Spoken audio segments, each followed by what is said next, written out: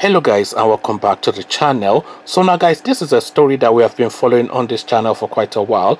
I must have done at least 2 videos if not more on it. It is the unfortunate narrative of a guy who was allocated a telephone number by a telecoms provider, but unfortunately for him, the number that he was allocated was a number that used to belong to one of Malam Buhari's daughters that was then abandoned and recycled and put back into circulation, and thus ensued a lot of palaver for this guy. So with that guys, I bring you this. Court finds SSS in suit involving Buhari's daughter. So this is now the guy now going to court and obviously getting some form of redress. So the headline again: court finds SSS in suit involving Buhari's daughter. So now let's now see what position the law has taken on this matter.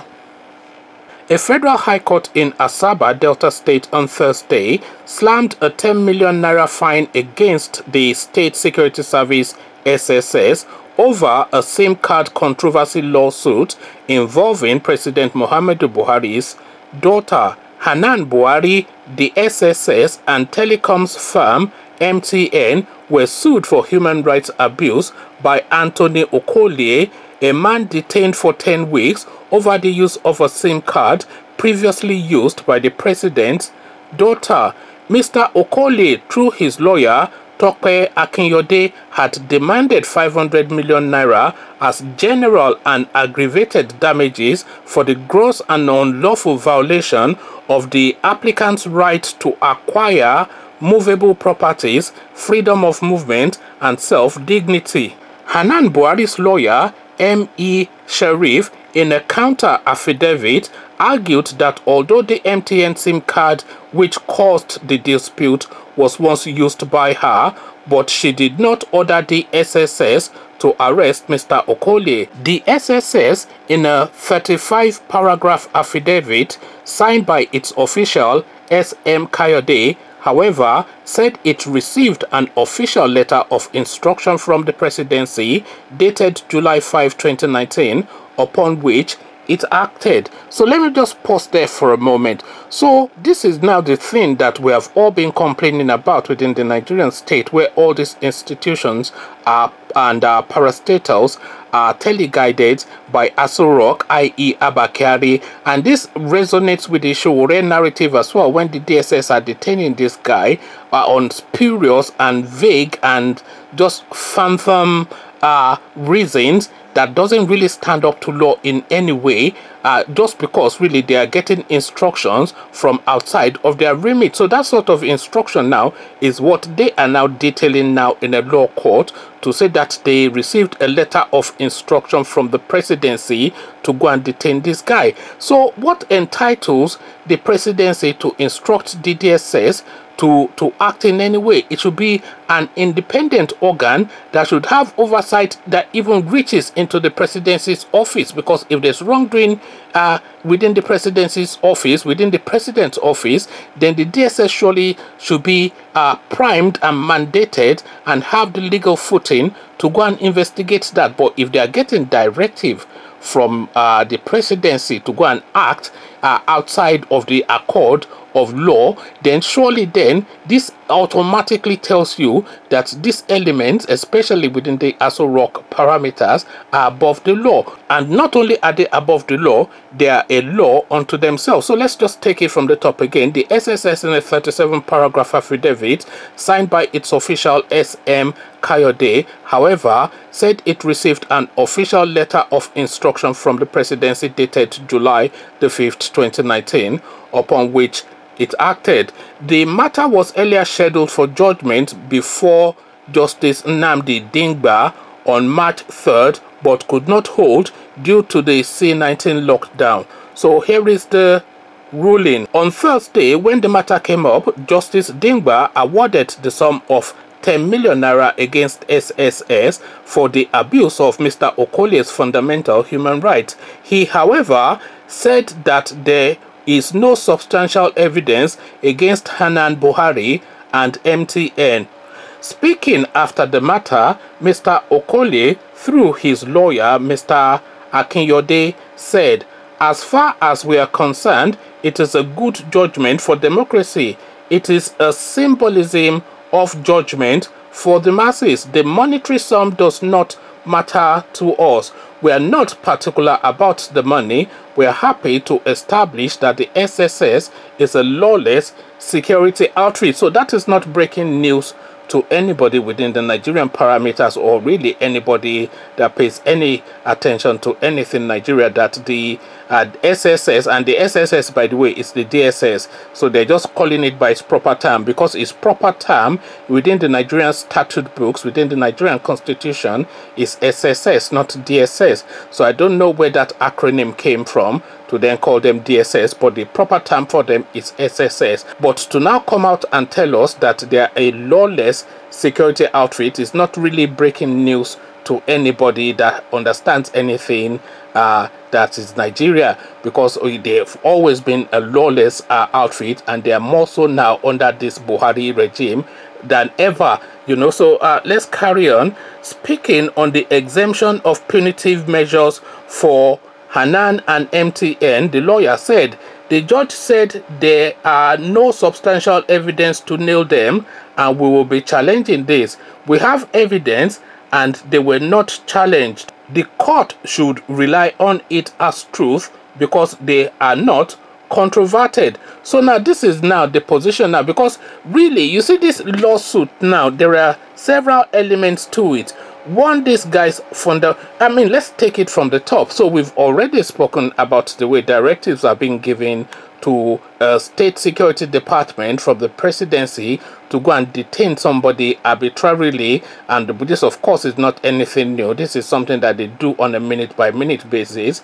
Sowore being the marquee example of that abuse of power that repeats copiously and endlessly within the Nigerian space. So we've already discussed that. But the other element is that these people, the lawyer, really, it seems as though he's more interested in that high profile celebrity sort of case, to have Malam Buhari's daughter in the docks to answer a question. But then of course Malam Buhari's daughter is an element in this lawsuit. So, and she was served, by the way, if you go back to my previous videos that I've done on this, you will see that she was served notice via her lawyers that this lawsuit has been effected. So why she was then not presented in court, or a lawyer did not present themselves in court, is something that we have to debate. This is this above the law thing, really, again, that we speak about. But the MTN bit, I don't really understand. But the MTN also, they're answerable because they're the ones that allocated this SIM card to this guy. So a punitive stance has to be taken, or something has to be done to correct that idea, or the MTN has to come and defend its position that they are entitled to recycle. Either way, they have to take a position. So it is not finished yet. But then of course the big fish that this lawyer, because he's already saying that it wasn't really about the money, but it was really about the law. But it is not really about the law, it is really about the president's daughter. So this guy wants a big scalp on his CV. He wants that come up of using that Hanan Buhari's name. But of course, Mr. Okole is happy to collect that 10 million naira. And the other element of it as well is the human rights abuse that this guy has suffered. So he would have the satisfaction that there is still something called law and justice, law and order within the Nigerian space, but you only of course get that within the southern space. But the arbitrariness of the DSS really is really the main concern that's been flashed up yet again within the Nigerian space. How these people can just pick somebody up willy-nilly on the most vague and the most spurious and the most ridiculous excuse and reason, and detain him for 10 weeks. There's absolutely no reason why they should detain this guy for more than 10 minutes or at the most 2 hours. There's no reason why they should detain this guy for more than 2 hours. So they go and arrest him and they say you are using the president's daughter's telephone number. And then the guidance says to them that no, this telephone number was awarded to me, was allocated to me by this telecoms provider. They then, of course, being the Department of State Security, have access to virtually everything within the Nigerian state. It only then takes no more than any form of contact, either a phone call or somebody going down to their offices of MTN to say, this guy has said it, what says you?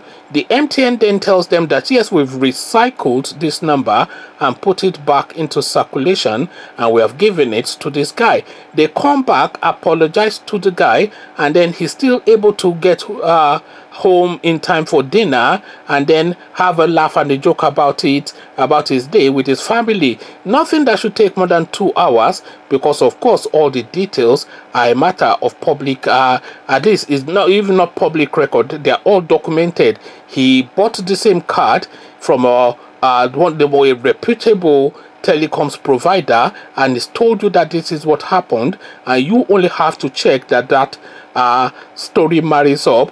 You apologize to the guy and you let him go. Certainly 2 hours, no more than 5 hours at the most, certainly not 10 weeks. They detained this guy for 10 weeks for having the temerity to be allocated by something that is not of his own doing, the telephone number that was used and abandoned by Malam Buhari's daughter and recycled by the telecoms provider. This is now what now passes for law in Nigeria and justice and policing, and this is what the Department of State Services is all about. Conversations in the comment section. Come share thoughts. At least there's some sort of justice at the end of this, so maybe there's still the slivers of hope within the Nigerian space, but I am not holding my breath. Are you? Come have a chat with me about all this in the comment section, but before you do that, click on the red subscribe button so it turns gray.